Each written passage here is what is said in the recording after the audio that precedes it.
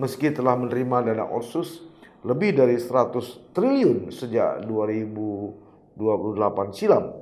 Tapi presentase kemiskinan maksud saya di Aceh yaitu tadi tetap tinggi, mencapai 14% pada tahun 2023 lalu. Sehingga menjadikan provinsi ini daerah atau wilayah termiskin di Sumatera. Sahabat titik balik, ada indikasi memang penggunaan dana otsus di Aceh tidak tepat sasaran. Bahkan ada indikasi korupsi dan proyek yang tak berdampak. Dalam konteks salah urus dana otsus Aceh seperti yang banyak dikritik oleh banyak pihak, banyak elemen. Peran ini berkisar dari regulasi, pengawasan, relasi politik, hingga tanggung jawab dalam capacity building.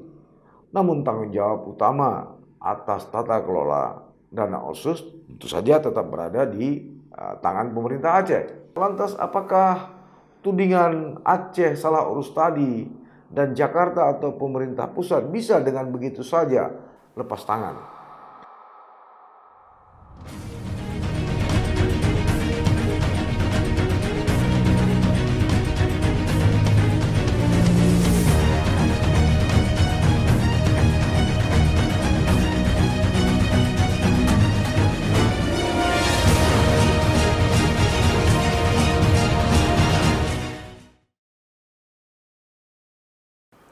Assalamualaikum warahmatullahi wabarakatuh.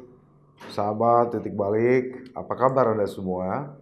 Tentu saja saya juga mungkin Anda selalu berharap semoga saja kita selalu dalam lindungan Allah Subhanahu wa taala, Tuhan yang Maha Esa, memberikan kesehatan dan keselamatan serta sukses selalu dalam setiap tugas-tugas keseharian kita. Sahabat titik balik, pembahasan revisi Undang-Undang Pemerintah Aceh, salah satu yang paling menjadi titik fokus adalah soal perpanjangan dana otonomi khusus. Di samping ada beberapa pasal-pasal lain yang diusulkan untuk segera direvisi oleh pemerintah melalui DPR RI. Kemudian muncul berbagai pertanyaan dan usulan revisi undang-undang pemerintahan tadi ternyata ikut menyulut kekhawatiran yang serius terkait dengan tuntutan apa yang saya sebut perpanjangan dana otonomi khusus atau otsus yang memang akan berakhir pada tahun 2027. Pertanyaannya kemudian, benarkah Aceh ini salah urus? Atau memang Jakarta juga punya andil terhadap dugaan salah urus? Nah, malam ini kita akan bahas masalah ini. Realitanya memang tak lepas dari berbagai laporan dan evaluasi yang menunjukkan bahwa dana tersebut atau dana otsus Aceh belum memberikan dampak yang signifikan terhadap kesejahteraan masyarakat di bumi Serabi Mekah. Karena itulah sahabat titik balik, kemudian muncul tudingan bahwa Aceh salah urus atau dana otsus Aceh salah urus. Dalilnya memang masuk akal sebab angka kemiskinan di Aceh cukup tinggi. Meski telah menerima dana otsus lebih dari 100 triliun sejak 2028 silam. Tapi presentase kemiskinan maksud saya di Aceh yaitu tadi tetap tinggi, mencapai 14% pada tahun 2023 lalu. Sehingga menjadikan provinsi ini daerah atau wilayah termiskin di Sumatera. Sahabat titik balik, ada indikasi memang penggunaan dana otsus di Aceh tidak tepat sasaran. Kita bisa lihat sebagian besar dana otsus digunakan untuk program pokok-pokok pikiran atau pokir anggota Dewan Perwakilan Rakyat Aceh yang memang seringkali tidak sesuai dengan kebutuhan masyarakat. Fakta ini telah menyebabkan program-program penting seperti Jaminan Kesehatan Aceh atau JKA mengalami kekurangan anggaran atau dana. Yang tak kalah miris, tahun 2018 lalu, Gubernur Aceh Irwandi Yusuf ditangkap Komisi Pemberantasan Korupsi atau KPK karena menerima suap terkait proyek-proyek yang dibiayai dana otsus. KPK ketika itu menyatakan dana otsus ada 8 triliun pada tahun anggaran 2018 yang diwarnai dengan praktek korupsi. Sahabat titik balik, semua itu ibarat hukum sebab akibat. Kurangnya perencanaan yang jelas, sehingga pengelolaan dana Otsus Aceh tidak didasarkan pada perencanaan kebutuhan yang matang, melainkan lebih pada keinginan elit politik dan para pemodal. Akibatnya banyak proyek yang dibangun dengan dana Otsus tidak berfungsi dan terbengkalai. Itulah sebab Presiden Joko Widodo ketika itu sempat mengungkap keprihatinannya terhadap pengelolaan dana Otsus Aceh dan menawarkan bantuan dari pemerintah pusat untuk memperbaiki tata kelola dana Otsus Aceh. Setali tiga uang, Menteri Dalam Negeri Tito Karnavian justru mengakui adanya efisiensi anggaran yang berdampak pada pengurangan dana Otsus. Artinya di tahun 2024 dan seterusnya, apa yang disampaikan Tito inilah suatu realitas postur anggaran pemerintah pusat atau APBN. Jadi walaupun dana Otsus Aceh bertujuan untuk meningkatkan kesejahteraan masyarakat, pengelolaannya yang tidak efektif dan adanya praktek korupsi justru telah menghambat pencapaian tujuan tadi. Karena itu sahabat titik balik diperlukan reformasi menyeluruh dalam perencanaan, pelaksanaan, dan pengawasan penggunaan dana Otsus untuk memastikan manfaatnya dirasakan seluruh masyarakat Aceh. Pertanyaannya kemudian adalah kenapa Aceh tergantung pada dana Otsus? Menurut saya, pertama sebagai kompensasi konflik masa lalu, dana Otsus merupakan hasil kesepakatan damai pasca konflik antara Gerakan Aceh Merdeka dan pemerintah pusat. Ini ditandai dengan lahirnya MOU Helsinki pada tahun 2025 silam. Kedua, karena pendapatan asli daerah atau PAD Aceh sangat rendah. Sebab sumber PAD belum dikelola secara maksimal. Akibatnya ketergantungan pada pusat sangat tinggi karena ekonomi daerah belum begitu kuat. Ketiga, kebutuhan pembangunan juga tinggi sehingga dana Otsus digunakan untuk sektor vital seperti pendidikan, kesehatan, dan infrastruktur yang belum bisa dibiayai dari PAD. Keempat, sahabat titik balik, pengelolaan dana yang belum efisiensi tadi sehingga banyak kritik yang muncul terkait penggunaan dana yang kurang efektif, bahkan ada indikasi korupsi dan proyek yang tak berdampak. Kelima, Aceh belum siap mandiri pasca dana Otsus penuh. Sebab perubahan skema dana Otsus sejak 2023 dari 2% menjadi 1% DAU. Sehingga membuat Aceh belum punya strategi transisi yang kuat. Karena itu butuh peran strategis. Sekali lagi butuh peran strategis dalam tata kelola dana Otsus terkait dengan pembangunan dan kebutuhan penting seperti infrastruktur dasar, yaitu jalan, jembatan, sekolah, rumah sakit, pendidikan, kesehatan, serta pemberdayaan ekonomi masyarakat dan penanggulangan kemiskinan.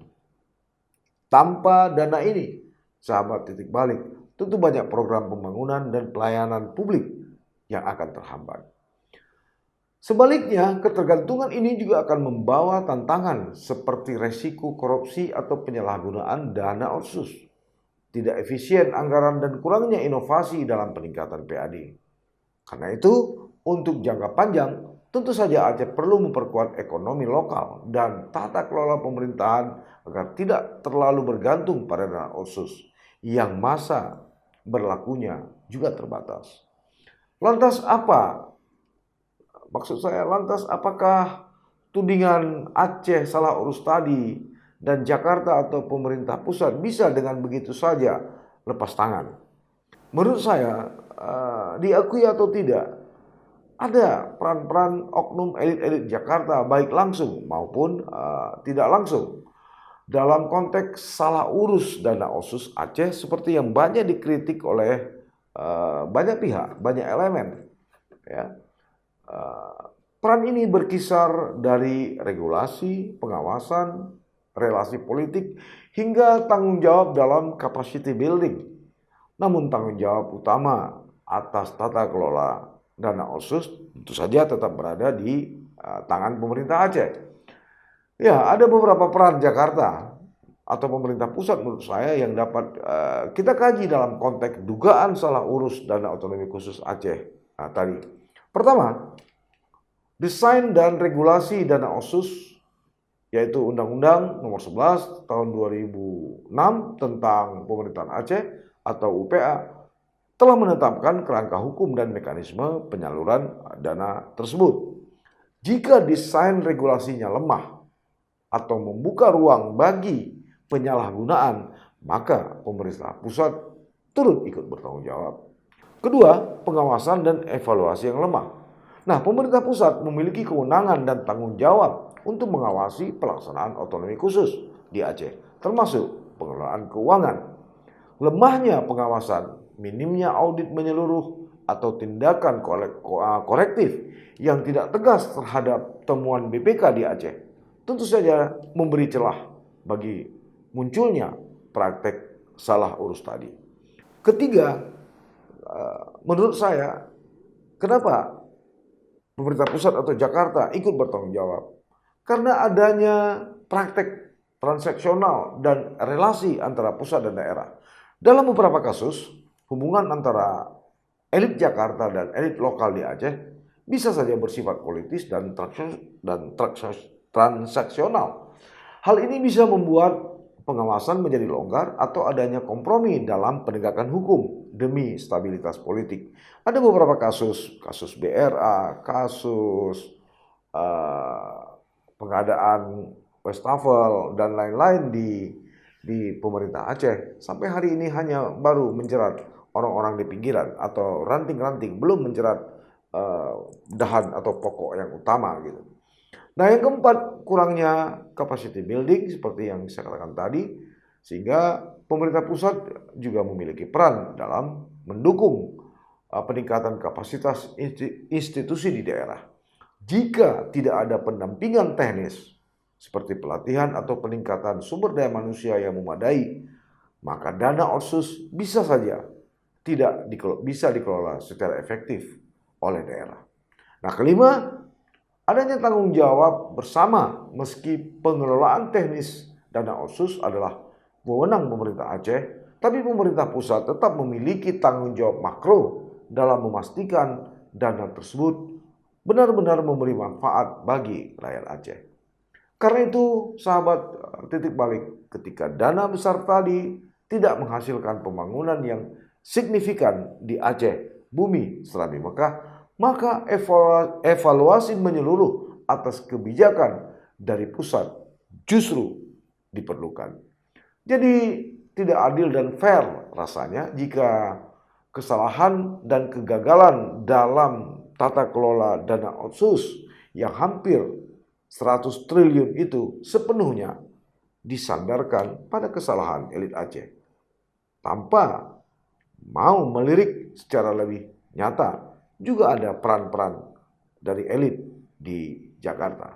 Demikian, terima kasih, sampai bertemu. Assalamualaikum warahmatullahi wabarakatuh.